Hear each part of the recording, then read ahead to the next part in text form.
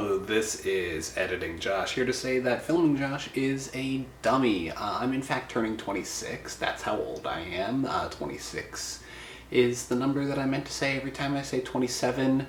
And I was so enthusiastic about it while filming too. I sang and everything. Well, you'll see. Enjoy the video. Happy birthday to me, happy birthday to me, happy birthday, I'm 27. And everyone knows that the atomic element number for 27 is Fe, iron. So for my birthday today, I'm going to watch the first Iron Man movie. I don't know why I'm still singing.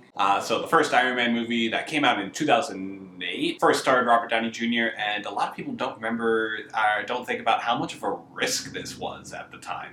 Iron Man was a B-list at best Marvel's character, but with Marvel Studios not having the rights to Spider-Man, the X-Men, or the Fantastic Four at the time, they wanted to do something to kick off a very new experiment, the Marvel Cinematic Universe.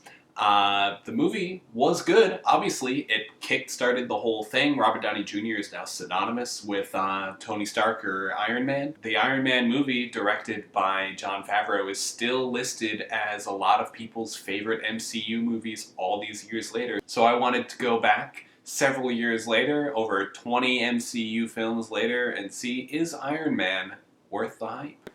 Alright, I'm about 46 minutes into the movie.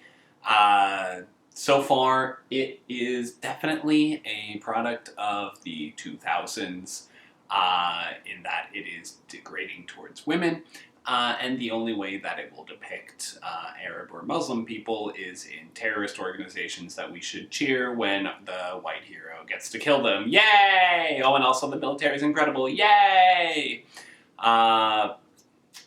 Yeah, it kind of has conversations about, like, oh, how good is it to be a weapons dealer or not, but no real depth into that, especially because this movie was partially funded by the American military, because it makes them look great and hoorah and oh, the Americans are heroes, and yeah, making weapons is bad, and it totally makes sense that Tony Stark would start to feel bad about it when the bad guys steal weapons, but when Americans and American soldiers have weapons, oh, nothing can possibly go wrong there, hoo-ah! All of that aside, Robert Downey Jr. is giving a great performance so far.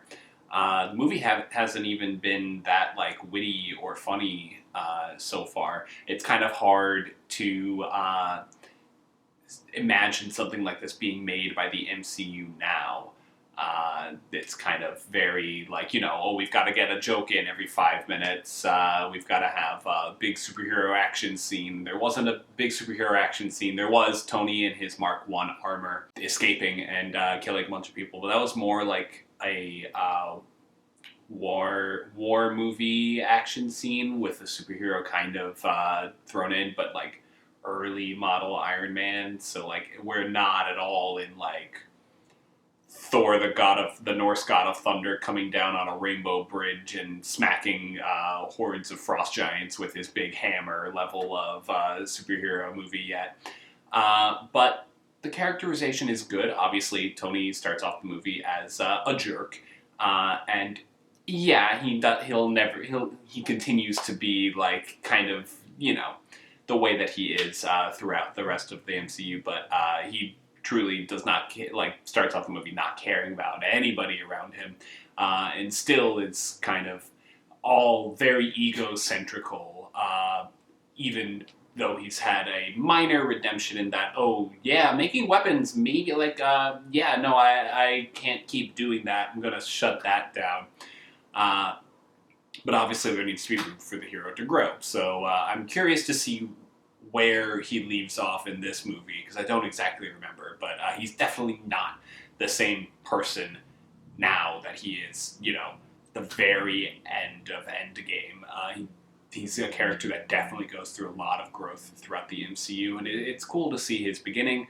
There's nothing that's, like, blatantly bad about how this movie is made. It's all paced very well. Again, the racism and the sexism I could do without, for sure. It's gonna date the movie even more going forward into future generations. But that aside, can we talk about how Obadiah Stane rolls up on a little Segway thing? What a baller move to have the main villain roll up on a Segway before he starts angrily going, "Where's Tony? How dare he shut down our weapons?" Like, dude, you just rolled up on a Segway. You're not intimidating anybody. Alright, that's not true. You're a pretty intimidating guy, but that made me laugh and made me stop and film. But I've still got more movie to watch, so here we go. Things are heating up with Obadiah Stane, not quite outright coming out as a villain, but letting Tony know that he is not working towards his wishes with the company, that he is continuing to sell weapons and sell weapons under the table to some terrorist organizations, and Tony adjusting his gauntlet with the news of a horrible, tragic event that could easily be seen. Like, I could picture that news broadcast easily coming through the news at the time, now with Ukraine and horrible situations that go on across the whole world. It's very easy to get into the headspace of, I have the ability to do something about this now, and I will. And it fulfills like the superhero fantasy of like, I see this horrible thing happen in the world. I wish I could go out and do something. He's about to go out and do something. Of course, there's the added guilt for him in that his weapons that his company made is causing this suffering. But yeah, a good call to action for our hero. Alright, so I finished watching the movie. It's definitely good. A bit cliche, but, you know, it does the superhero movie thing good. I care about the main character. I care about other characters involved in it, unlike some other movies, Incredible Hulk, Iron Man 2. There's some good character development that goes on here. Obviously, it's laying the foundation for the rest of Tony Stark's journey that Robert Downey Jr. Portrays wonderfully throughout the MCU. Some of the stuff that happens in the movie is a bit dated, especially towards the beginning of the film.